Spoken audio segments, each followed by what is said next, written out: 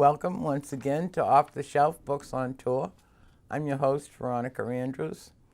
We have a book that wasn't easy to read, but it's necessary that it be written.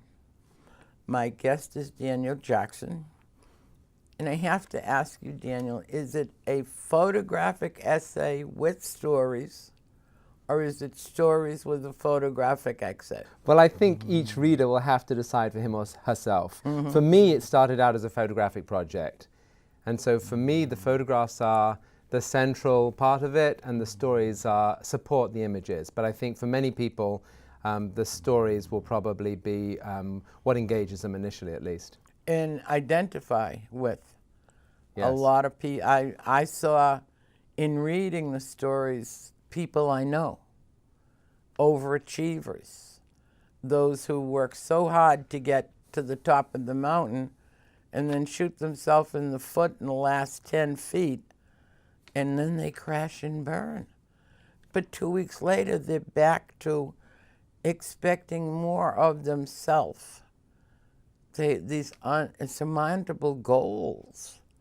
That's right. I think that, although the stories are all very personal stories about very different people, in a sense, these stories are archetypes, that so many of us share experiences with these people, the stresses and pressures of the competitive world we live in, the effects of depression, anxiety, the consequences of competition, all these things sometimes make a perfect storm, and they make it very hard for us. And I think what I find inspiring about these people is that they show us how they found light at the end of the tunnel. Come out the other side, and what are there, 50 essays maybe?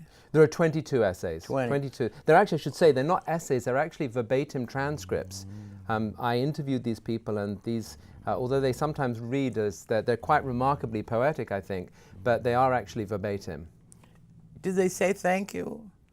Was it cathartic for them to be publicized so they could share their stories with other people? I think it was. I think that at the beginning of the project, my sense was that these were just incredibly altruistic people who were doing something very noble and brave in telling often very personal stories that would help so many other people who were suffering from these kinds of issues themselves, or people who wanted to learn more about stress and pressured lives, or depression or anxiety, or these things. But I came to realize that I think for the portrait people, as they came to call themselves, there was actually a catharsis in doing this. And I think many of them found it a very exciting experience, especially as they've continued to talk in sometimes very public settings about their involvement in the book. Good. But it's also a very valuable tool for someone who, I can't say has never experienced depression, because I'm sure we all have. But we have found different ways of handling it, or there was somebody there to pull us out, or life happened and you didn't have time to dwell on it. But for someone on the other side of a deeply depressed individual, what not to do, how to listen. That's right. And I think a lot of misconceptions are explained, and people talk about all their strategies, and their strategies are very different. For some people, they talk about how the stigma of medication was very bad. Their family didn't want them to take any medication, but it turned out to be a lifesaver for them. For other people, they say that the medication wasn't helpful or actually made them feel unwell. Or it could be the beginning of an opioid, go further down the road with another problem. Well, that's true, although for most of these people, the medications were things like SSRIs, which don't have those kinds of addictive problems. But yes, certainly for some people, medication was not the solution, and for other people, it was the solace and the encouragement they found in their friends. For other people, it was the way that they found a sense of purpose in their life. So all different strategies that people found to overcome obstacles and adversity. But it can be absolutely frightening if you say the wrong thing. If you do the wrong thing thinking you're helping someone who's depressed. Pull yourself up by your bootstraps. That's right, absolutely. I think one of the things I learned from this project is that what we all need, not just people who've experienced depression or anxiety, we all need to be listened to sympathetically. And one of the things I learned also through my own experiences with family members who've had depression, is that you shouldn't rush to solve someone's problem. These problems are very intractable, and it's very unclear that they can even be solved in any simple sense. And the most important thing that you can do is to listen and to be supportive. Right. And oftentimes, I've heard it recently myself, it's going to take you as long to get well as it took you to get sick enough to come to a doctor. That's right. Well, I think there are very varying experiences. And in our world, we want it instantly. We want a pill, we want a Band-Aid, we want to visit a spa and be back to our old self again. And especially with depression, that doesn't happen. I think that's right, and I think that the message that a lot of the people I spoke to gave me was that really having a happy life is a lifelong project. And it's a lifelong project for all of us, even those of us who don't suffer from major depression. It's something that we have to engage in every day to work on, you know, a constructive and productive and happy life. And it's not something that comes naturally and obviously. No. So did somebody teach you that when you were a kid, or did you get hit on the head as an adult? I think it took me a long time to learn that. I think I imagined I had a charmed childhood, and I just imagined that happiness just, you know, some of us were lucky and it just came, and there was nothing you really needed to do. And then I realized it was more complicated than that. I've never met Cinderella, and I don't think I'm going to. And I guess I thank my mom. She'd find you sitting in a corner crying, and you'd say, "It's not fair." And she said, "Who the hell ever said it was going to be?" Right. So you kind of knew up front. But life itself is ups and downs. Why do we believe that it's all happy? Well, I wonder if one of the reasons we believe it's all happy is that that's our sort of cultural expectation, that we even if we know inside that it's not all happy, we feel pressure to say in public that it's all happy. And I think that's one of the things that my book can one of the conceptions that my book can help fight, which is that life is very different from that, and that if we could all recognize the troubles and the pain that people experience, actually it can make us all happier in the long run, because we can realize that we're not alone, that this is the normal human experience, and that you need to deal with those things. If you haven't cried till your heart hurt, then you really can't enjoy a belly laugh. I like that. And if you haven't laughed until your sides hurt, then you haven't got a clue what sadness truly is. It's not losing an earring or getting in a fender bender on the way home from work. Right. You really, and I don't know how come I learned that, but I'm awfully grateful I did. There's a wonderful quote actually that I use at the start of the book from Kay Redfield Jameson, who's this extraordinary psychiatrist who experienced bipolar disorder for many years. And in her biography, she wrote how she felt that although this bipolar disorder had been often tremendously painful for her and had changed the course of her life, she felt that through it she had lived life more deeply. Yes. As she put it, she'd experienced the springs more for all the winters. Sometimes when you see someone who on TV or in a program that's had a change of life experience, they say, "I live every moment now." That's right. I didn't need an awful thing to happen to live every moment, and I'm grateful, because every moment, even the sad ones and the awful ones, I learn from them. That's right, and many of my subjects tell their own stories about how their life feels renewed, that they have a greater sense of purpose and a greater sense of control and a greater sense of self. Now, this is basically all MIT students. Right? It's actually students, faculty, and staff. Okay. So it's a and cross-section of the community. Overachievers and bordering on genius. And I've heard over the years that genius is this close to insanity. And most of the time they drive themselves crazy because their brain never stops. And they're intolerable of those who patter. Well, I wouldn't actually say, I mean, certainly many of the people I spoke to are very clever people, but I'm not sure that I would call them geniuses, or that I would say that people at MIT are in any sense that different from people anywhere else. I don't think they really are. And I think that if you went into any high-pressure competitive environment, whether it was a university or a startup or a law firm or in government, you would find people under similar pressures with similar kinds of ambitions, experiencing the same kind of challenges. So I think this is really universal. I did it at MIT because that's my professional home, and it's a community that I feel part of. But I don't these experiences are by no means unique to MIT. The photographs that accompany almost each and every story, how did you choose which photograph identify? How many photographs did you take? Because they're beautiful. Thank you so much. Well, there are two kinds of photographs in the book. There are architectural landscape photographs of MIT, which I've been actually taking over the last couple of years. And then there are portraits of the individual subjects. And what I typically did was I interviewed them for typically an hour and a half, something like that. And then after the interview, we went into a corner of my office where I had a little makeshift studio set up. And then I photographed them. And that would typically take half an hour or an hour. Sometimes they came back if we didn't like the results of the first effort. And what I would typically do is I would try and capture an expression that spoke to me and resonated with something that they'd told me in the interview itself. And then I would send them a little gallery of images and hope that they would choose the one that I liked most too. Sometimes I would hint at the ones I liked, but I wanted it to be a collaborative experience. This wasn't, a photographer taking a picture of a model and just Picking the one that I liked. Now this young lady is absolutely beautiful, but you can see in the eyes there's a question. Right. It's not joy, but it's not sadness.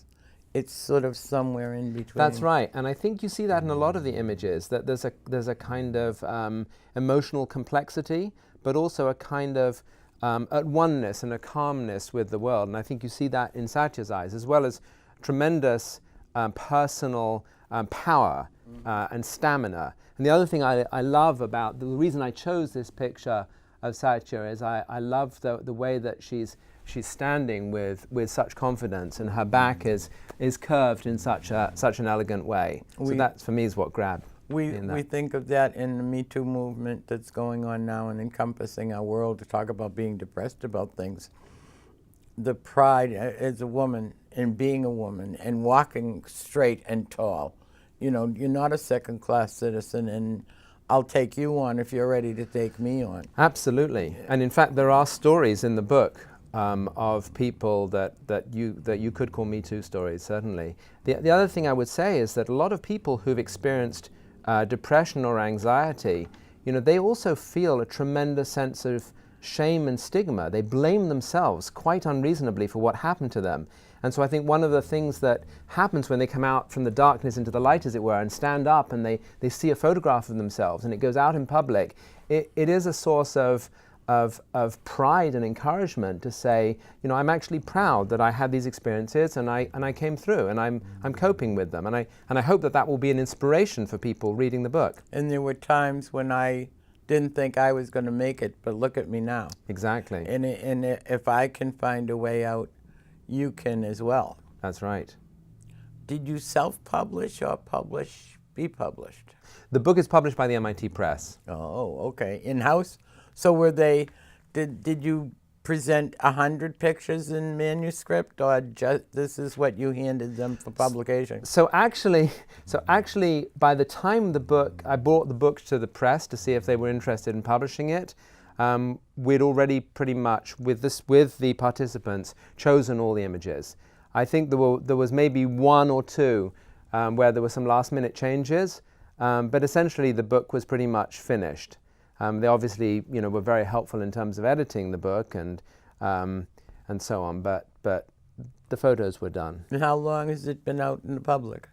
It was published just less than a year ago. It was published at the end of 2017. And so, and then at the beginning of this year, actually through an extraordinary donation from alumni, the book was given to 1,100 incoming students at MIT. Good. And we're actually about to give out another 500 to graduate students this fall. So this is still a period in which we're getting the book out and almost a text book. Not a textbook, but a text book. Almost. I hope a lot easier to, and more pleasant to read than a textbook. It's frightening. It's informative.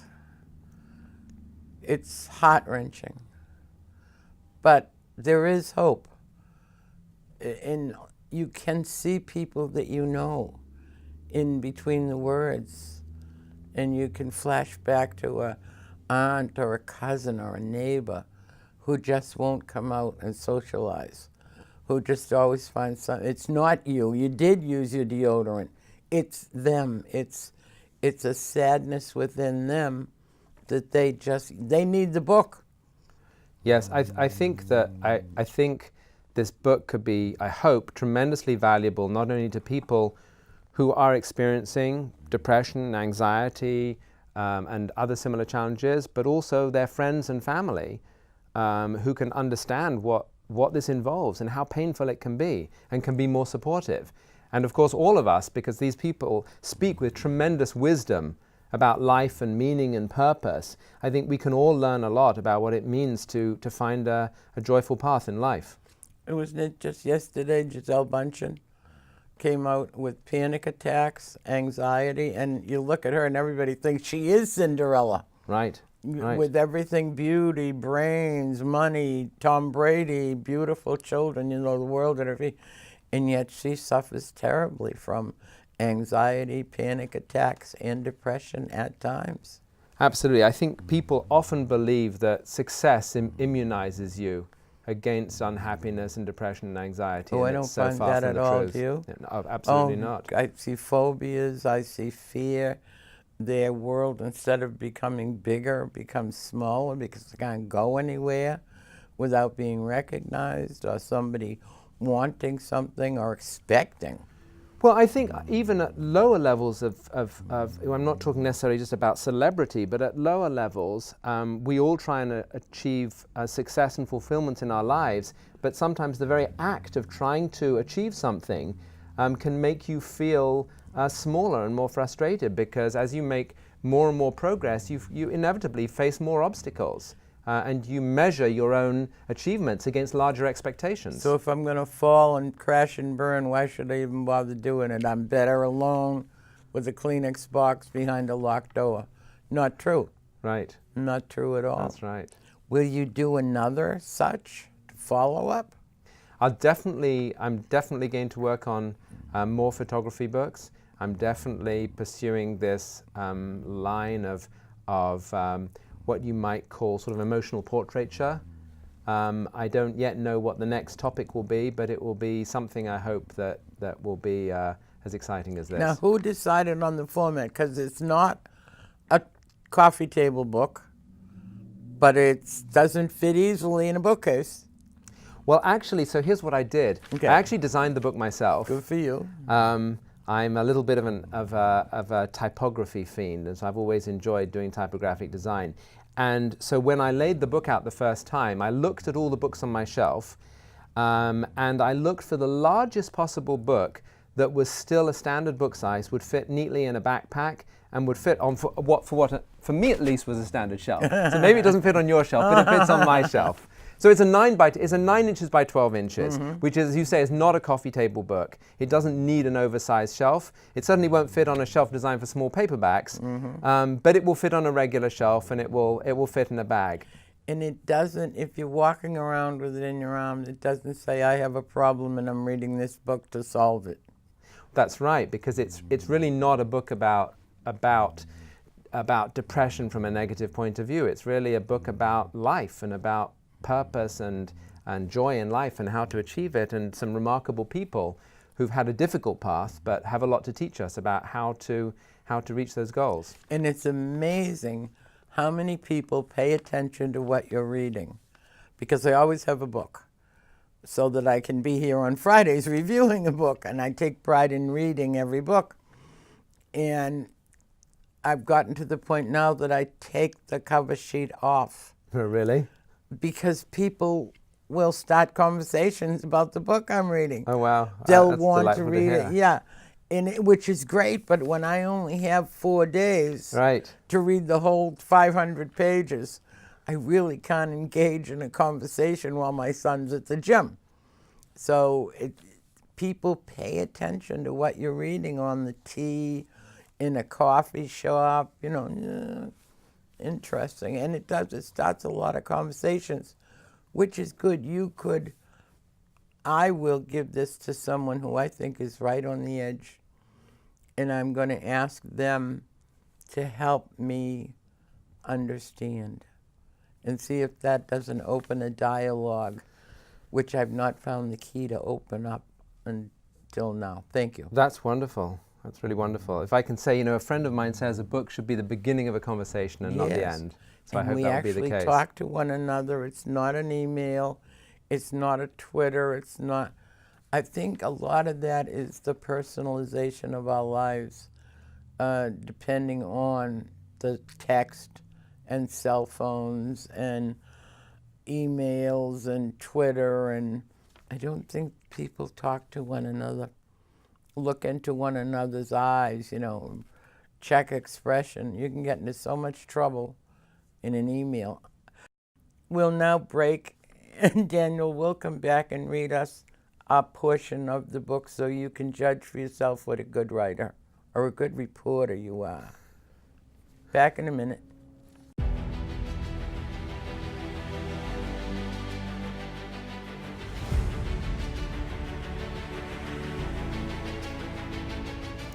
So this is a quote from my wonderful colleague Sally, where she talks about a very common misconception that people have about depression. She says the following: "People who don't have depression have no idea what the depressed person is struggling with. It's like a person sitting in a wheelchair, and the thing they would like to do more than anything else on planet Earth is to get up and walk up those stairs, but they can't do it. And the person who's walking up those stairs just says, 'Get up, just get up and walk up the stairs. What's the matter with you?'" The second quote that I'd like to read you is from Lydia, an extraordinary student, who talks about her experience when her grandfather died and her regret that she'd spent a little bit too much of her time with him focusing on a work project. And she says, "It's so important not to prioritize career over family. You don't realize what people are doing in your life, what roles they're playing sometimes until they die, and you don't know what you are holding together in other people's lives. You might not know that you are the glue holding together so much because you take yourself for granted, just like we take other people for granted. Before my grandfather died, he had been holding together so much, I had no idea." A lot of wisdom, and especially from the people who have lived through it. Now, I love your accent. You didn't come from South Boston. Who lent you to us? Well, I feel like I'm somewhere in the middle of the Atlantic at the moment because I grew up in London. So everyone in London says I sound like an American, and everyone here says I sound like a Brit, so it's all confused. Do they actually say you sound from Boston? Not quite, but no, you're not there yet. I'm not quite there yet, but we haven't corrupted you I've completely. definitely got quite a lot of Americanisms. How long have you been here? Oh, forever, since 1986. Wow, and it stays with you. We can't break in there. Yeah, afraid not. Well, you hold on to it. Well, thank you so much for coming. Thank you so much. Thank you for taking the time to put it together. It is a textbook and worth reading for those who suffer and those who suffer with them, to possibly help them. And I'm sure that it already has. Do you get feedback? Yes, a little bit. One of the most remarkable things, we got a letter from one of the subjects got a letter that he forwarded to me from one of the new students who received a copy of the book, saying that he had felt no motivation, he was unable to get out of bed in the morning, and then he read this story and he said it fired him up and it made him realize he could. Maybe they should give it to them in junior high and not upon getting to MIT. Think about that purchasing agent in many schools. Thank you for being with us. The book is Portraits of Resilience. Well worth the effort. Thank you. Thank you so much. Bye now.